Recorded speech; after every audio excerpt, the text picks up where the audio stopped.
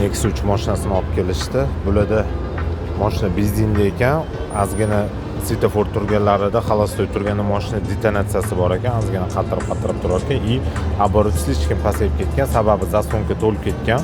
8% bo'lishi kerak normasi. Bularda 20% ko'rsatgan ekan.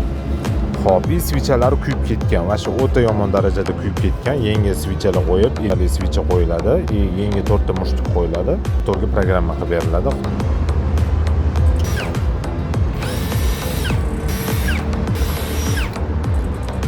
Zaslonkaning holati, mashina to'lib ketgan ishlari nagar bo'lib ketgan. 2% tushirib beraman. Mana zaslonkaning holati o'ta go'zal holatda bo'ldi. Ishlari vaqti toza bo'ldi. Mana yaltirab turibdi, nukkir bo'lib. Mana iridium ninali svicha qo'yilyapti Nexus 3 mashinasiga. Ketgan svichalari mana bunda vaqtincha mikrotreshini berib tashlagan. Hop, Nexus 3 mashinamiz ham tayyor bo'ldi mana.